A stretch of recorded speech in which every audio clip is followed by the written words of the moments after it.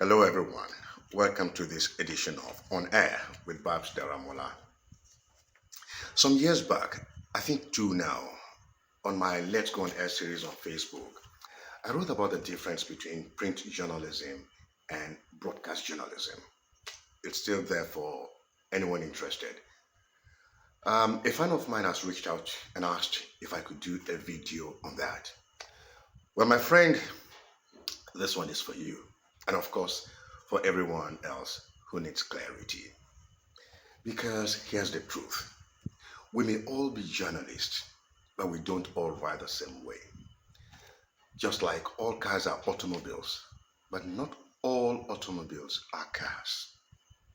The same way, all journalists write, but not all journalists write for the air. Let me paint a picture. Imagine a political rally or a press conference that lasts 4 hours. Both the print journalist and the broadcast journalist cover it. The print journalist may be given a full page in the newspaper, 15, maybe 20 paragraphs to tell the story. The broadcast journalist may have five, or maybe six short paragraphs to do the same job. That's why in broadcast writing, word economy is king. Every word must count. As Professor Ralph Akinfeleye of the University of Lagos notes in Essentials of Journalism, Mark 121 course, print thrives on detail and structure, but broadcast demands immediacy, brevity, and clarity. Similarly, Professor Des Wilson of Uni Uyo emphasizes that broadcast writing must flow like natural speech, while print can afford to be formal and dense. One of the guiding principles of broadcast writing, as we all know, is KISS. KISS. Keep it short and simple. In fact, in the newsrooms I headed, I often told my reporters and editors that the best case is the one with four S's. KISSSS. Keep it so short and so simple. Funny, isn't it? But that is what actually works best for broadcast news. It's Journalism 101 to remind us that in print, readers can pause, reread, even grab a dictionary. But in broadcast, your listener or viewer hears once. If they don't get it the first time, you've lost them. So, while a print journalist may write, the governor has been lauded for his laudable achievements in road construction. A broadcast journalist should just say, people are praising the governor for building new roads. That is so simple, so direct. Above all, it's conversational. In broadcast news writing, conversational is the native tongue. Now, I remember years back when I was an editor, I had a director of news, Chris Fajemifor, now of blessed memory. He used to tell us in the newsroom that the newsroom is not a grammar school. You see, most of us were too engrossed in our print mentality to understand. He never liked high sounding words in our bulletin. He never liked them in our bulletins. Now, I remember one particular bulletin. I think I went to cover a state event. While writing my report, I said the event was an array of who is who in the state. Uncle Chris, as we called him, he changed it to influential figures in the state attended the event. Now, see, from an array of who is who in the state to influential figures in the state. He said, know that my phrase was too long. In fact, it wasn't long. It just wasn't simple. It wasn't conversational. In broadcast writing, experts stress that the spoken word must sound natural and easy to follow. That's why heavy formal verbs, often called high sounding, don't belong in scripts meant for the air. Mervyn Block, one of the most respected um, teachers and writers in American broadcast journalism, in writing broadcast news, warns against newspaper words like commence or terminate, urging writers to opt for begin or start and stop or end. Similarly, the BBC and NPR training guides emphasize that a listener should never need to translate what they hear into simpler language. That's the responsibility of the broadcast news writer. The BBC and NPR guides say, instead of facilitate, say help. Instead of ascertain, say find out. Instead of utilize, say use. These everyday verbs keep your script lively, clear, and easy to process in real time. Broadcast news isn't about impressing with vocabulary. It's about connecting with the audience in the most direct way possible. Sometimes I laugh and shake my head when I hear words and phrases like loaded, opined, felicited, reiterated in broadcast news. They shouldn't find a place in our bulletins as broadcast news writers. Remember the second S in our KISS principle. Simple. And here's the rule of thumb. The moment your audience is asking, what does that mean? You failed as a broadcast writer. The electronic newsroom is not a grammar school. We're not here to test grammar or vocabulary. We're here to simply communicate. Broadcast news writing isn't about showing off, it's about getting through. Now, let's see some examples of style contrast between print and broadcast news writing. This first example is a second paragraph in a newspaper report.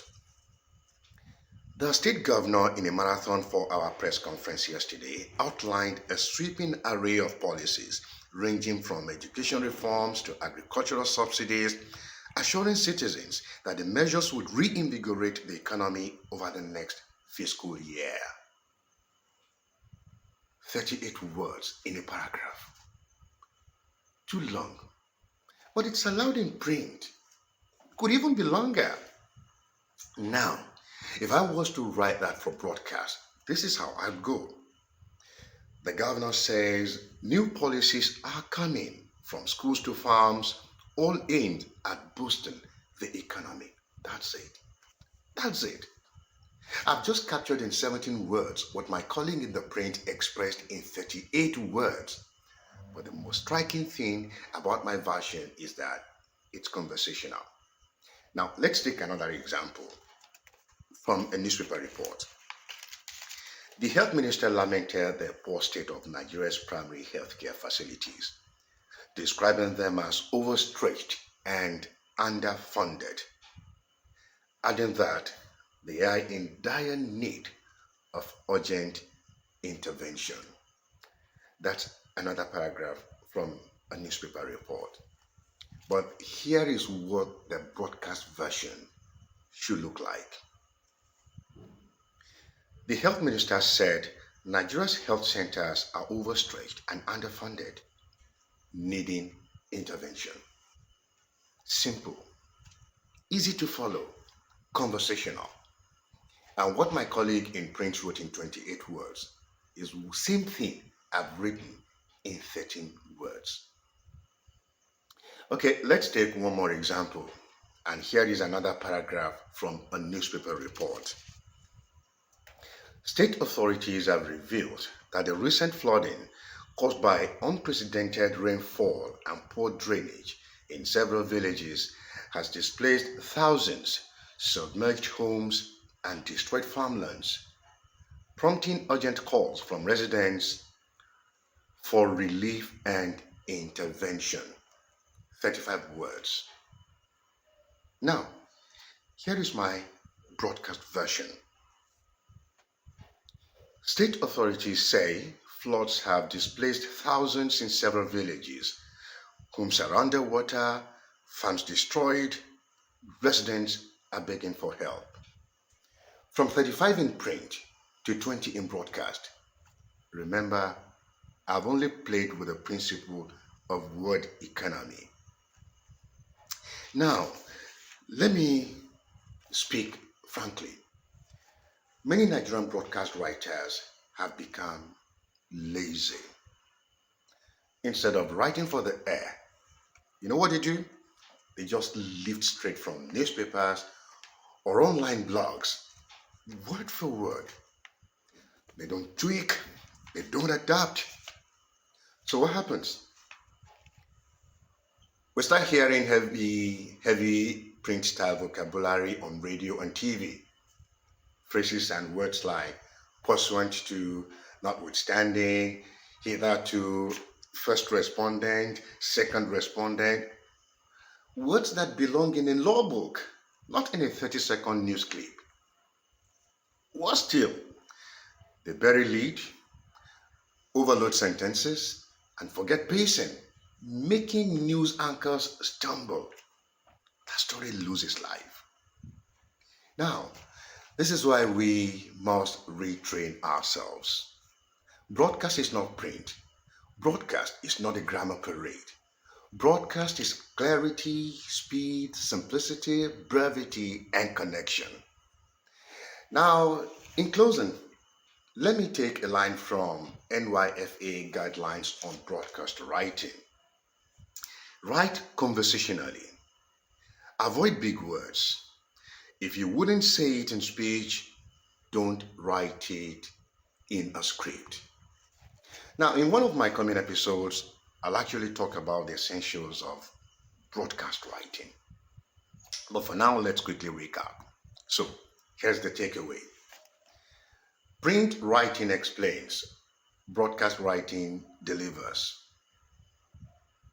Print has time, broadcast has seconds. Print can impress with grammar, broadcast must impress with clarity. You see, and in Nigeria, we broadcast news writers must move past this laziness of copy and paste print style into broadcast scripts. What is so disheartening is that many top radio and TV newsrooms lack good broadcast writers. Our broadcast writers should be guided by the principle of talking the news, not writing the news. Yeah, on radio and TV, we talk the news. So again, let's remind ourselves, if you won't talk it that way to a friend, don't write it that way in your news. And if you're watching this and thinking, we need this kind of training in our newsroom, you're right. I'm available for training broadcast writers and presenters in radio and TV stations. Oh, for personal coaching anywhere nationwide, just reach out to me in my DM or via email, broadcastmasterywithbabs@gmail.com. In my next episode, I'll go even deeper into the difference between writing for radio and writing for television. Because even within broadcast, the stars are not the same. This has been On Air with Babs Daramola. Join the community, follow, subscribe, and please share so others can sharpen their broadcast skills. And together, we'll level up our broadcast standard. See you in my next video.